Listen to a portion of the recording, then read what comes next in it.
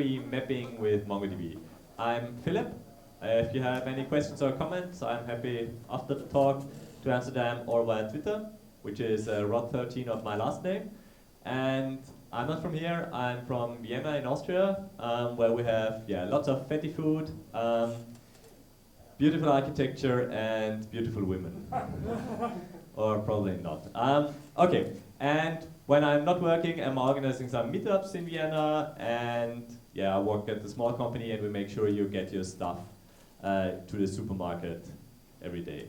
And we've been using MongoDB and Morphia, the technology I will tell you about, for like 3 to 4 years in production now, and we're actually pretty happy. But let's see, who uses JPA? Okay. Who uses MongoDB? Okay, we have a pretty close match. Who has heard of Morphia? Okay, are you using it? No? Okay, let's try to change that, or let's see how it goes. It's like JPA for MongoDB, but kind of better. And we'll talk about that better. So if you're using JPA, you might know something like this. A two-way join with the join table and how you can reference it and traverse it from both sides. Do you think this is okay? It's beautiful. It's beautiful. Yeah, exactly. I would also say it's totally okay. If you don't, or if you think that's okay, you're probably in denial or it's Stockholm syndrome or something like that. So what is the basic problem? You have your relational database on the one side, and your object-oriented program on the other side, and the two just don't match. You have the impedance mismatch because the concepts just don't apply to each other. And there's this famous saying, ORM is the Vietnam of computer science, which is 10 years old now nearly, by Ted Neward. And he had a point. I mean, back then, Hibernate was just released and totally new, and things got a lot better, but still there's a valid point that you have just different concepts which you cannot really map to each other, and all this pain comes from the problem of the mapping. And thankfully, MongoDB is not a relational database, but a document store, and you have documents, and documents map much better to the object-oriented world. So let's see, MongoDB. Since not a lot of you have said they're using it, let's go quickly through it. You have what has been called a table in your relational world, is now a collection. It's just a collection of documents. You don't have a schema, you just have JSON documents you throw into your database. And instead of a row, you just have your documents. Pretty simple, pretty similar concepts. So one possible document might look like this. You have a person with a Boolean value with an age, and kind of the big change to the relational world would be you can have subdocuments, and you can have arrays, and the arrays again can be documents themselves, and you can nest and match as you need. And just to give you a quick impression of how this whole thing works, let's see, let's make this a little bigger. Big enough? Yeah, hopefully. So I'm connecting to my local database on port 8082, and I'll just give it a random name. Like, I don't know, let's call it JavaDay.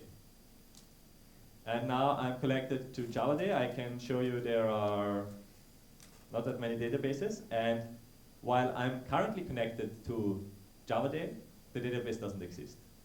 And the nice thing, or the different thing about MongoDB is it's just everything is created on demand. You don't need, since you don't define a schema, it's just taken for you care of. So here the database doesn't exist. When I insert my first document, it will be stored in that database. So if I say I want to insert into the collection, so what was a table, into person, I want to insert something, I can simply give it the JSON document and then we'll insert it into the database. So I can say name is Philipp, and let's say I have a phone number, and probably you have more than one phone numbers, and I don't know. Mobile is whatever my phone number is. And okay, I don't have a fax, and I would never want to have a fax, but let's say I have a fax number too. Oops.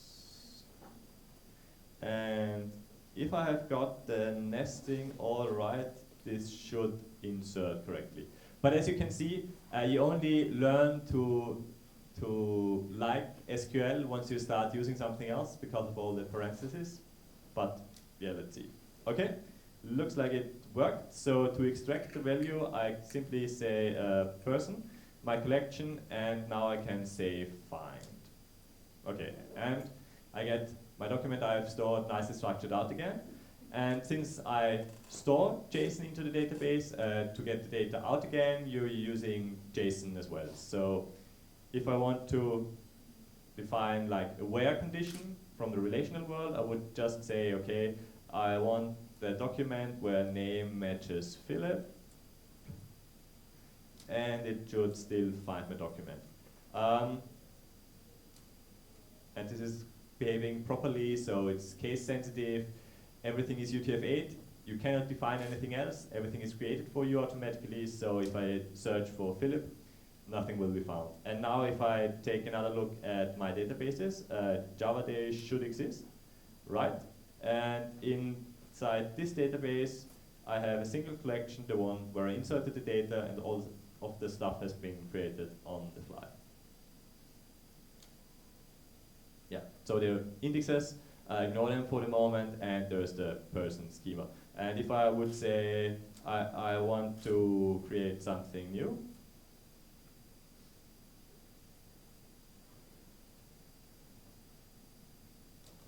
I can simply insert it, and I've got my next collection. So that's all working on the fly and pretty simple. So that's MongoDB.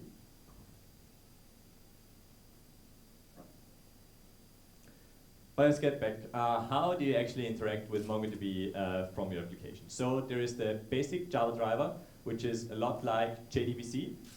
And yeah, just to store the document I've shown you before, with the isalive and the name and everything, to store that in the database, it would look something like that. So you have your basic object, you create the basic object, and you append the different values. The only problem is adding a subdocument is fine, but if you have an array, you need to create a list of basic DB objects, add all of them there, insert it there, and yeah, it's not so nice. So when I told my colleagues at first we want to store or interact with the database like this, they were like, "Are you serious? We don't really want to do it like that." And as I said, okay, let's try to find something else, and then we found Morphia. Morphia was a community project, so just someone using MongoDB said, okay, we need a proper mapper for MongoDB, and they started the project. Since then, Morphia has been taken over by the company behind MongoDB, which is now called MongoDB Inc., and they support it, more or less. So what you have is, Morphia is not an object relational mapper, because you have no relations, not a relational database, so it's called an ODM, an object document mapper. And you simply have your plain old Java objects like you are used to, some annotations which are pretty similar to JPA, but not exactly the same since the concepts are slightly different. Yeah, and that's all you need to work efficiently. Generally, it's pretty lightweight.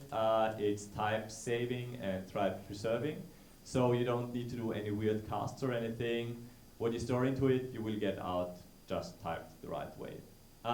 So the required libraries are, you need the Java driver, like with relational databases where you have JDBC at the bottom, and then the mapper on top of it. Yeah, those are the latest versions, and they're based on the MongoDB GitHub account where you can get them. And if you want to try it out, there's a test project. With all the stuff I'm doing, you can find there, and you can just try it out yourself. Yeah, the UML diagram looks like something like that, but yeah, nobody likes UML at the moment, so let's skip it. To try it out, it's a Gradle project. All you need to do is run Gradle test, and it will check, do you have MongoDB running on the default port? If not, it will download an embedded version of MongoDB and just run. So all you need is, I think it's Java 7 and up, plus Gradle, and those are all the requirements if you want to give it a try. That's it. Okay, so let's see, how do the annotations work? First, the collections that was a table in the relational world, we need to annotate that. So the most basic annotation would be just add entity on the class level. We don't need to define the value because it would just be called company with an uppercase C, but you can give it any meaningful name you want to set, so you can just say it's called company. And you have the ID. Unfortunately, it's not like a nice integer or long. And you need a default no-args constructor, which can be public, private, or protected, but it needs to be there. It's just accessed via reflection for the creation of the object. Okay, stuff to note. Do not use dashes in the collection name, which is because MongoDB has a JavaScript shell. So what I've shown you, the interaction, that's basically a JavaScript thing. Has anybody any idea what will happen if I use a dash in the collection name? Any JavaScript developers? Sorry? No? Okay. Lucky you, no JavaScript developers. What will happen is, I don't know if you know Gary Bernhardt. He has a very nice talk about what. And I guess, or I assume you can guess what will happen. So at first, he has an array of 16 empty elements, so you have 16 commas, okay. Then he joins an array of 16 what, and get what 16 times. Then he adds +1, so he gets what 1 16 times. And if he subtracts 1, you get exactly Batman. NaN for not a number, because it tries to subtract 1 from the string, which obviously fails, and then JavaScript tells you, yeah, it's not a number. And the same thing happens when you try to use a dash in a MongoDB collection name. It will just try to subtract 2 strings from each other. And there is a very ugly syntax to get around it, but just avoid it. Unfortunately, we have started with it like that, because the Java driver just maps it away, and you don't have any problems. But once you start using the shell more, like in production, you're stuck with a very ugly syntax.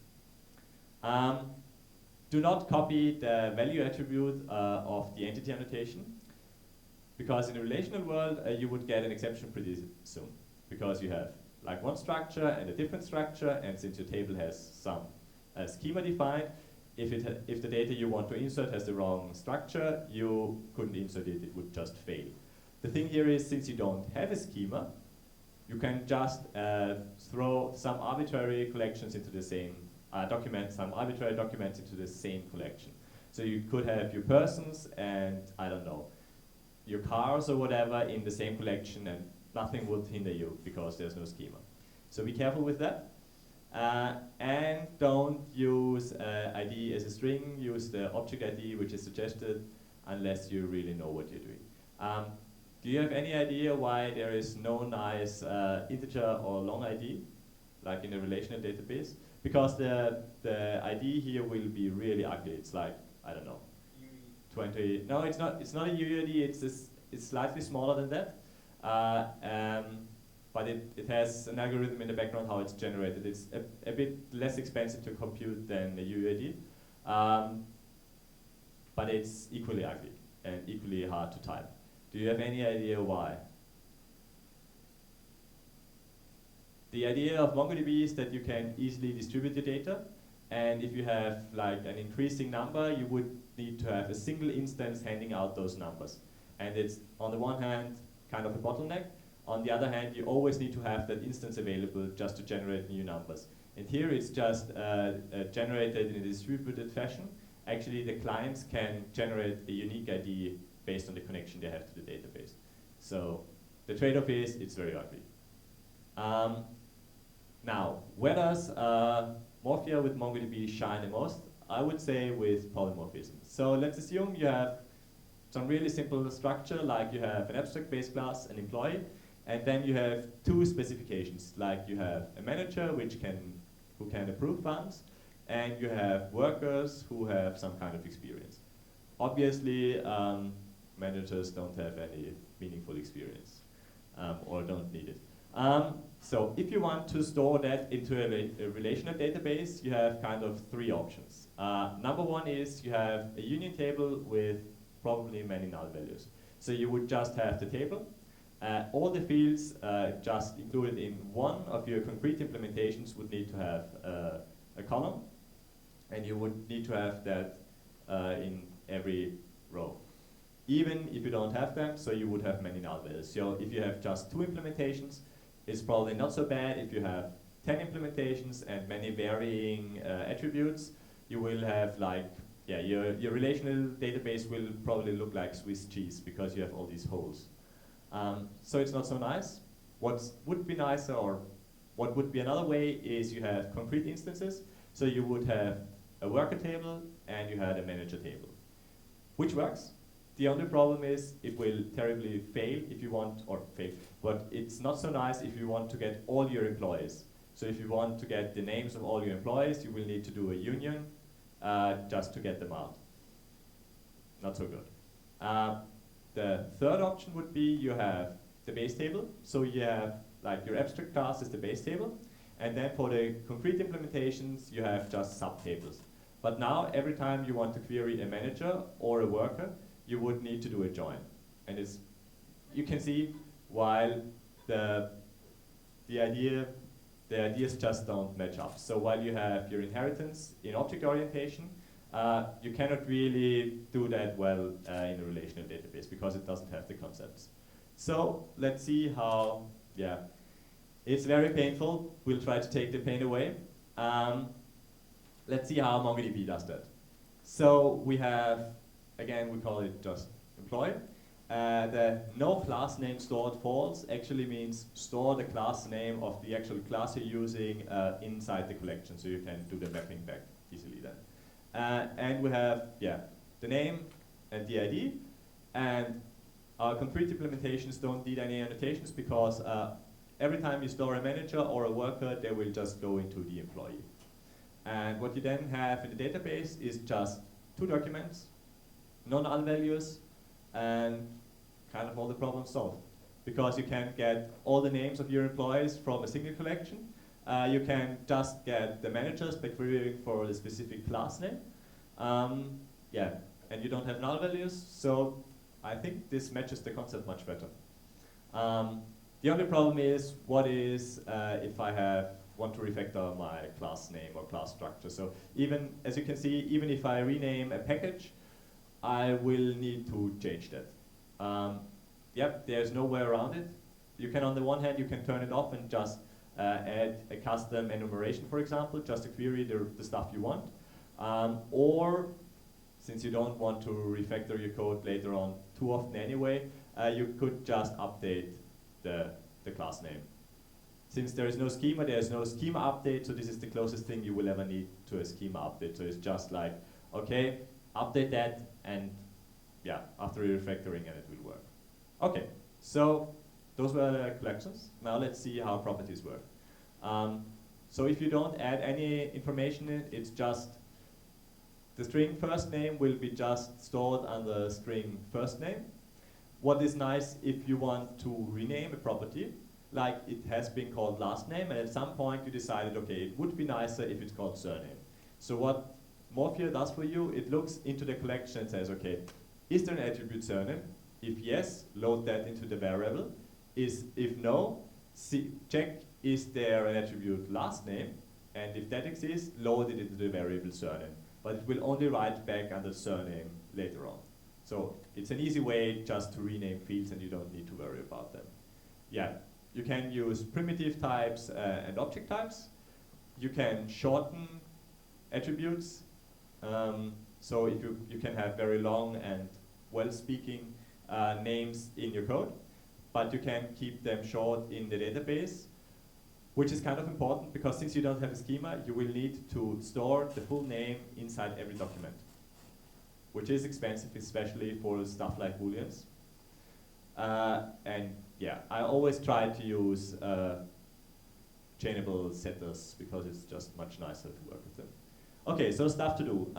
First off, if you're using the current default storage engine, which is memory mapped files, trim the name, because otherwise you will store a very long property name inside every document, especially for Boolean values and really short values. This is very expensive. There's a new storage engine which includes compression, which will compress that away mostly, but still, since you don't have a schema, you will need to store the attribute name inside each document. Unfortunately, that's kind of a downside. Use object data types. Do you have any idea why object data types might be cleverer than primitives?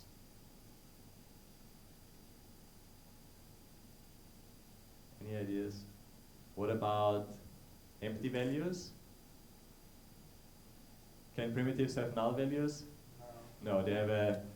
So depending on what you want, if you want to have an attribute to be optional, use the object data type, because when it's null, it's not stored in the database.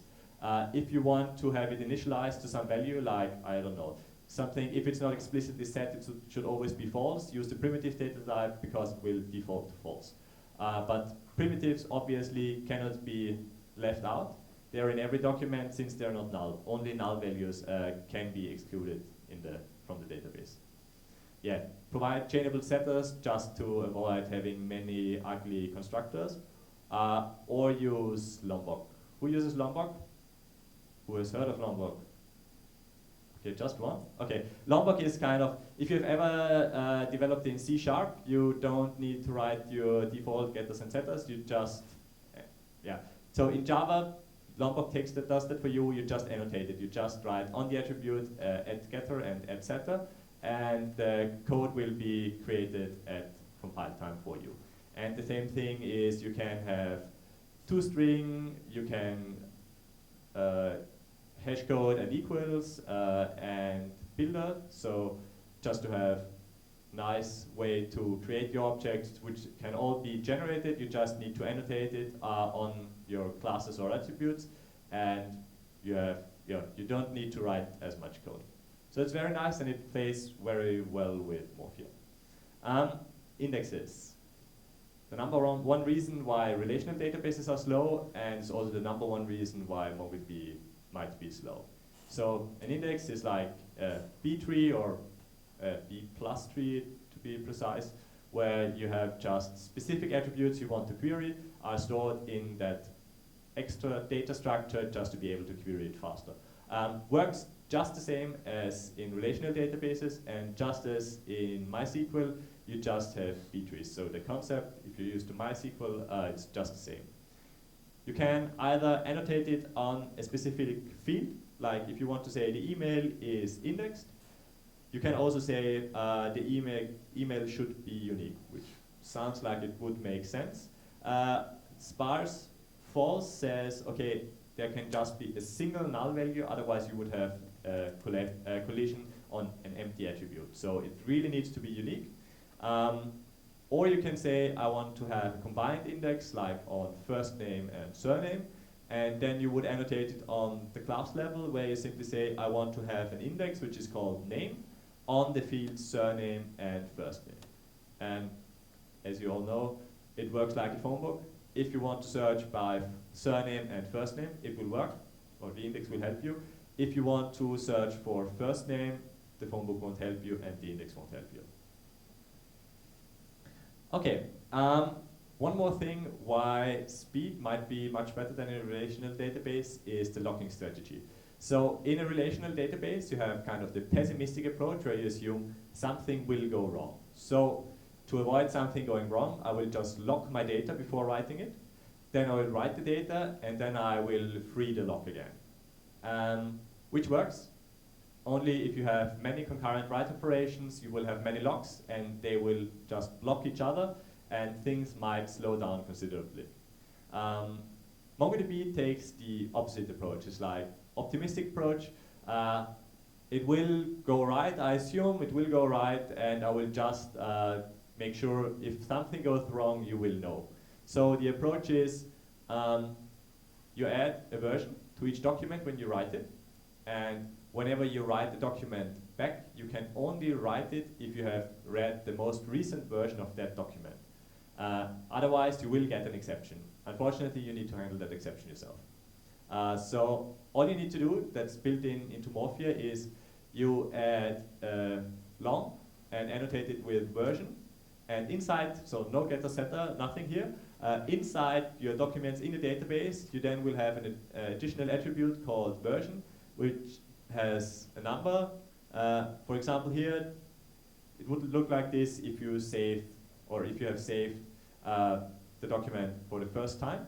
And with every update, that number would be incremented.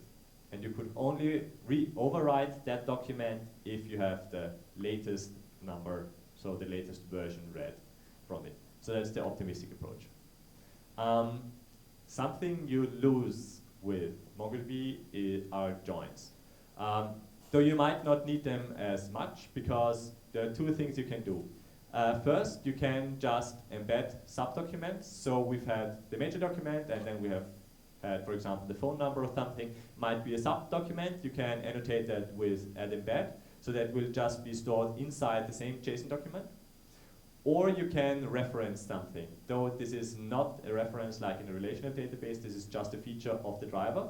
So all of the drivers MongoDB has use that feature, and they interact well, but it's just a convention of the driver. So you have like a specific format, how you can say this document references another document, and it's $ref, then the collection name, and then the ID of the reference thing.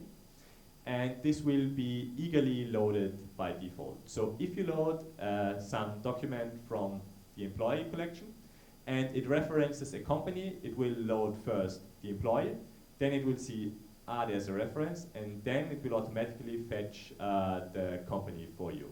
So you have two independent queries. Not a join, it's just two independent queries. But inside your application, you have all the data you want right after loading it. Just be careful, you can also reference lists.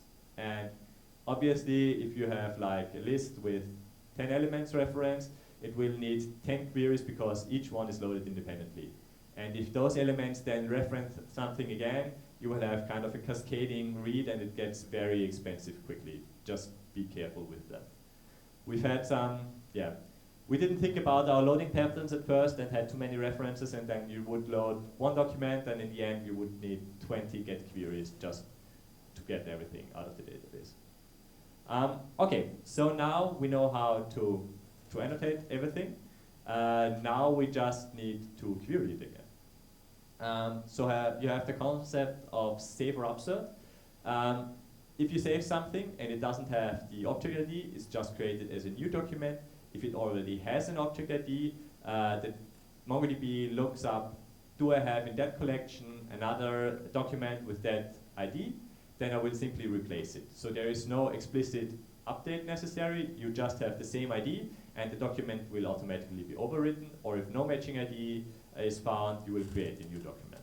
So you don't need to make much difference between an update and an insert. It's just the same.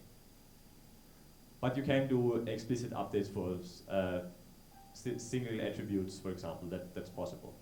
Okay, so to persist stuff, you have, I give it my company, and I simply say MongoData store save, and return the ID, and that's it. It looks a bit repetitive. There's a nicer way to do it, but we'll come to that in a moment. To get data out, you simply write queries, which are pretty nice because they're totally chainable. So you say, okay, I want to find something from the class employee entity, where the field email equals my email address I just provide as a property. And I want to get that thing. And as I said, it's type saving and type preserving. You will get an employee entity out of it again. Or you can get all the employees. Or you can just get the managers, where I say the class name, with which Morphia stores implicitly into the database, is stored. And I just say manager entity class get name. And just on that match, I just get the managers. One thing to watch out, it's not equals. MongoDB or Morphia uses equal. Trust the compiler, it will give you the right one. Normalize fields. One error we made at first is we didn't store emails just as lowercase. And since every match is case sensitive, yeah, you can write regular expression searches, but they're really slow. So whatever we can, we just do two lowercase, or just we kind of normalize the data to have exact matches on the queries, which is much cheaper then. And there are many, many more things you can do. So you can do regular expressions, you can check, does a field exist, does a field not exist, is a number greater than something, does it have an element of a list, you can do sorts, skip limit, whatever you have in relational databases. That's really one of the nice things about MongoDB, is that kind of all the features you have in your relational databases, you have in MongoDB as well. In contrast to most other NoSQL databases, where you have a much more limited set of features available to you. And there are many more features which are, yeah, not so important, like a cap collection, where you can say, okay, I just want to use 10 megabytes for that data, like, I don't know, a log, and after having written 10 megabytes, the oldest data will be overwritten. You have gridfs, where you can store binary data, like pictures or anything. The database will automatically chunk that and store that for you and put it back together when you query it. You have an aggregation framework, which is very nice, where you have stuff like group by, sum, average, maximum, minimum, whatever. That's MongoDB, to my knowledge, is the only NoSQL database that has something to do like aggregation, if you're not using something explicit like Spark for that. And you have pretty powerful geolocation features like, I don't know, give me all the people which are within 1,000 meters of me at the moment. So all of this is possible. Okay, so this is the basic stuff. And then there are some kind of patterns which we found out were useful when we used it. So what we always do is we have a base class, and all entities we use just inherit from that base class. So we define the object ID there, we have a creation and last change date there, we set the version, and yeah. Then you have the constructor, getter, setter, and you have pre-persist and post-load hooks, where you simply can say, okay, give me the object you have stored in Java, and right before inserting it into the database, just call the pre-persist method, and here we say, okay, if no creation date has been set, take the current time, and take the current time for the last change date, so you know when the document was last updated. And then, at the beginning I've shown you, I had the persist method for each class separately. Now that I have a base class, I can simply use generics, which is quite convenient. So I can simply say, okay, I have an entity that extends my base entity, and everything extending that can simply be stored by that method. Or I can just count all the elements in a collection, or I can get a specific one if I provide its object ID. So that's nice. One thing that might be slightly problematic are fields Morphia does not know. You will always have stuff Morphia doesn't know, like, yeah, the one most people stumble into is big decimal to store money. I hope nobody stores money in double or decimal or float. Don't do it. So big decimal is not supported by Morphia, and you have three options how you can store it. First, you can just serialize it, which works, but it just takes the Java and serializes the Java, so you cannot really read it or query it in the database. So not optimal.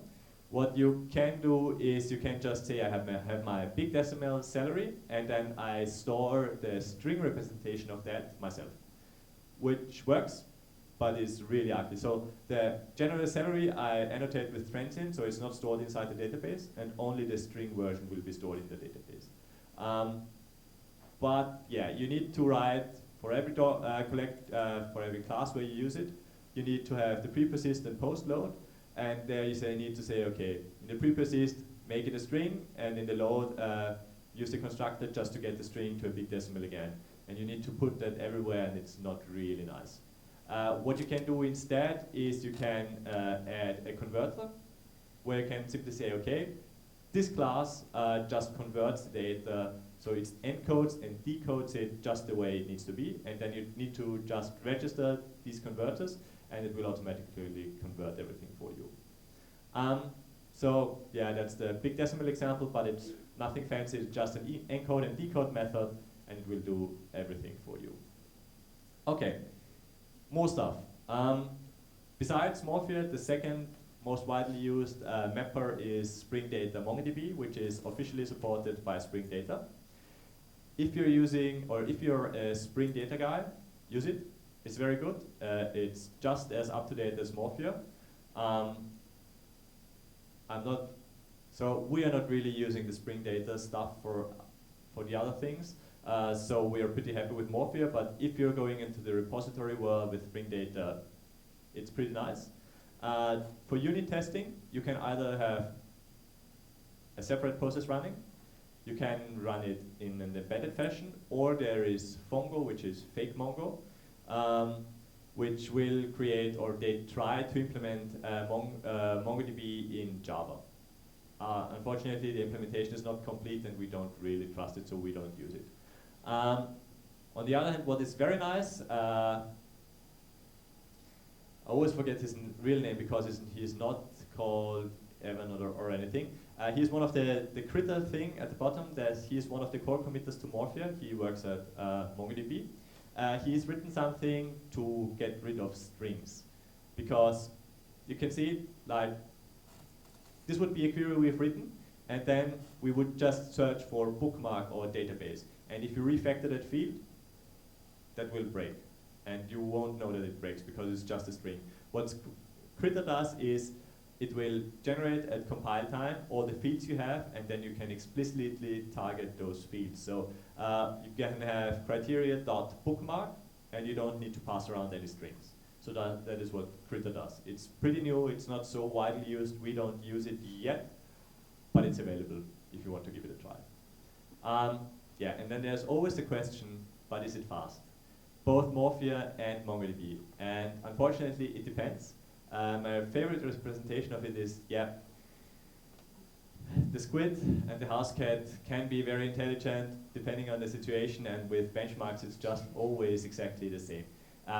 Because funnily enough, like 3 of the major document stores, or 3 of the major NoSQL databases like Cassandra, Couchbase, and MongoDB, during the last 6 months or so, each of them did a benchmark with the other 2, and each of them managed to be at least twice as fast than the other 2. So just kind of how you tune the benchmarks and tune the scenario, you will be the fastest. It just depends on your situation. There is no real final answer there. So stuff you won't get is, you won't get transactions, you won't get joins. To replace transactions, you normally put everything you need inside a single transaction into one document and just embed the stuff you want to write at once. What you get, on the other hand, is pretty rapid development. So our developers like it. It's very easy to replicate and chart the data for your operations guy. And you don't have the impedance mismatch between the relational world and the object-oriented world, and the two, at least, I would say, match much better. Yeah, and to sum up, at our company, we all love Morphia, and I've heard that even the minions love it. Okay, thanks. Any questions?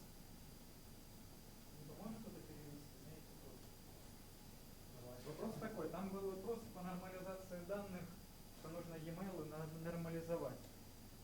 И вот в документации e-mail, они не кейс-сенситив. Можешь что-то перевести для этого? Он говорит, что нужно e-mail нормализовать.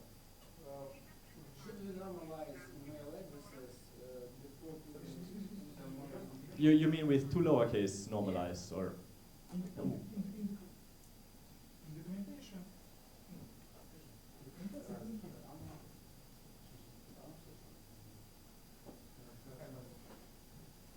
Okay, so the question was, should we?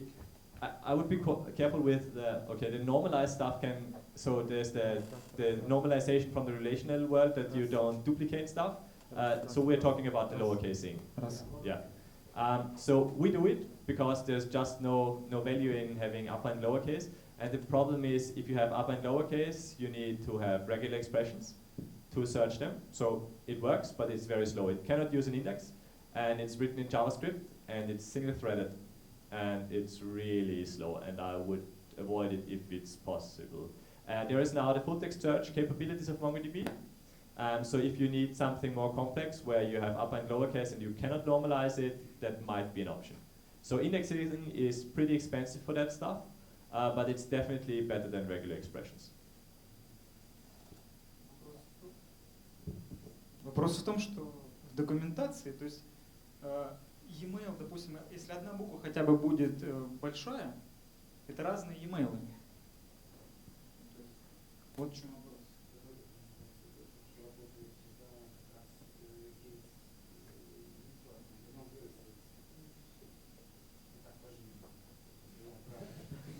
Все по умолчанию.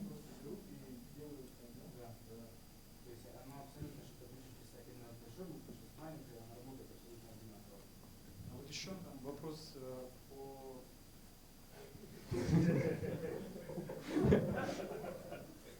No, I really don't speak Russian.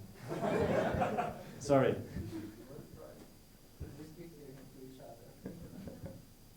I ask a question? Yes, sure. Does Morphia support some kind of lazy loading of reference? Yes, you can annotate the add reference. You can just add the parameter lazy load. That was badly implemented for a long time, and it would always at least check if the ID exists. But I think they fixed it in 1.0. So now it should be possible to lazy load stuff. Though, at least in our code, the way we use it, we could not simply annotate it with lazy. And so it changed internally. Our unit tests would break if you just threw in the lazy annotations. That didn't work. I would be generally very careful with the add reference. So if we have stuff which we don't normally need to load, we just don't add the reference. We have, I don't know, we sometimes have UUIDs inside our documents, and we would just reference the UUID and then explicitly load it ourselves. Because the add reference can really bite you, because it's just loading everything referenced somewhere, and it can be very expensive. So we try to keep the reference to a minimum. If you have something where you need lots of references, use a relational database. No, really, I mean, I'm not employed with MongoDB, I can say that. They will always give you a different answer, or they would always say, yeah, you can model everything with documents, which, okay, yes, you probably can, but you shouldn't. Because if you have a problem and then you see, okay, I have references all over the place and everything is referencing everything else, it's not a good problem for JSON. You just need something with relations. Some problems are good to be solved with JSON, others not. There is no better answer, unfortunately. And another one. Is it okay to put the embedded annotation on Java types? I mean, different collection types, not just array types. Are there any constraints on the Java types?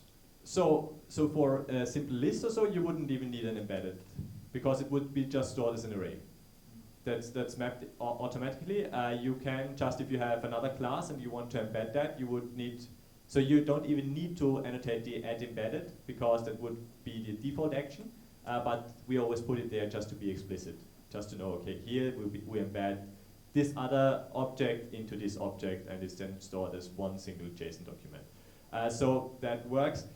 At the moment, there is one bug. If you have an add embedded, and the object you want to embed is polymorphic, there's a bug that doesn't work well at the moment. But it will be fixed in the next major release, which will be in, like, I don't know, a few weeks. So that's the main problem we have at the moment, that you don't have polymorphic embedded reference or embedded objects. That's one of the shortcomings, yes.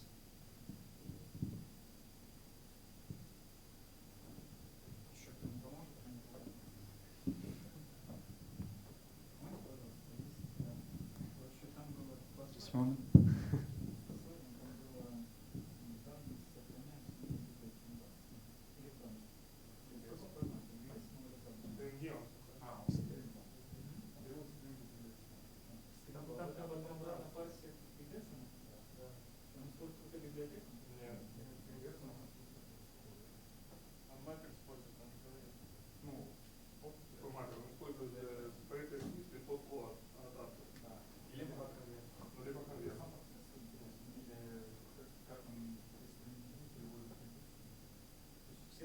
и сохраняется там стринги, да?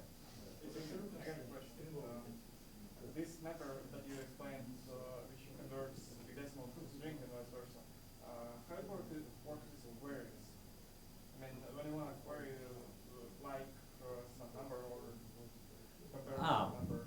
Okay, no. So inside the database, it's just a string. Oh, so you should just write a string. Yeah, right. So you, of course, that's a problem. So if you have a string in a database, you can just do exact matches. But you can do, for example, more than 10, so 10.514, right? Exactly. So you, with the aggregation framework, you might be able to work around that. So just, I don't know, cut off the rounding and stuff like that. But otherwise, yes, it's just a string. But as you know, JavaScript and exact numbers are not a good match. So we wouldn't risk it. You know all the funny bugs that happen. I don't know. There are so many JavaScript examples where you have just, I don't know, you add two numbers or you subtract something and you just get the result which is close but not correct. And our customers wouldn't like it if we have like, I don't know, yeah.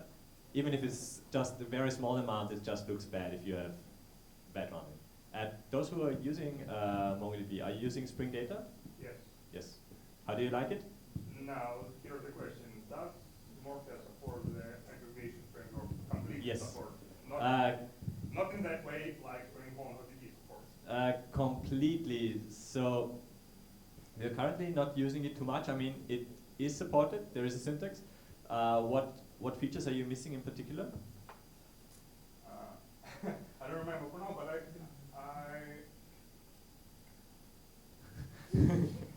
I will tell you after this. Okay, yeah. And another one question, does Morphe allow us to write the native queries?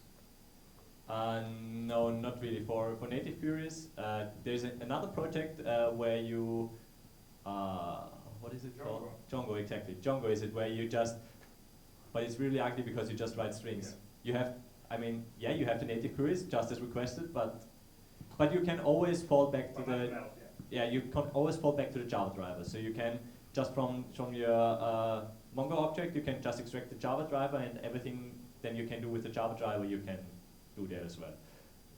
It's not so nice probably, but at least for us, the Java driver could do everything we ever wanted to do. Like, I don't know, if you want to, I don't know, ping the database for status information or so, to if you have a health panel and stuff like that, Morphe doesn't do that very well, and we just fall back to the Java driver to do stuff like that.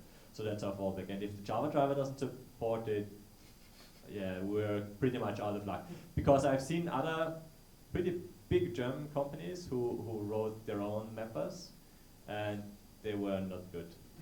I mean, they just used Jackson and then tried to do everything themselves, and it's not very nice. I mean, yeah, you can just use the raw queries and everything, but if you then need to do the mapping yourself, it's, at least for us, it's not worth it. Okay. You're welcome. Вопрос есть? Нас было мало, но мы в тельняшках. Okay, so now we continue with the Russian questions, or? Давайте поблагодарим. Thank you.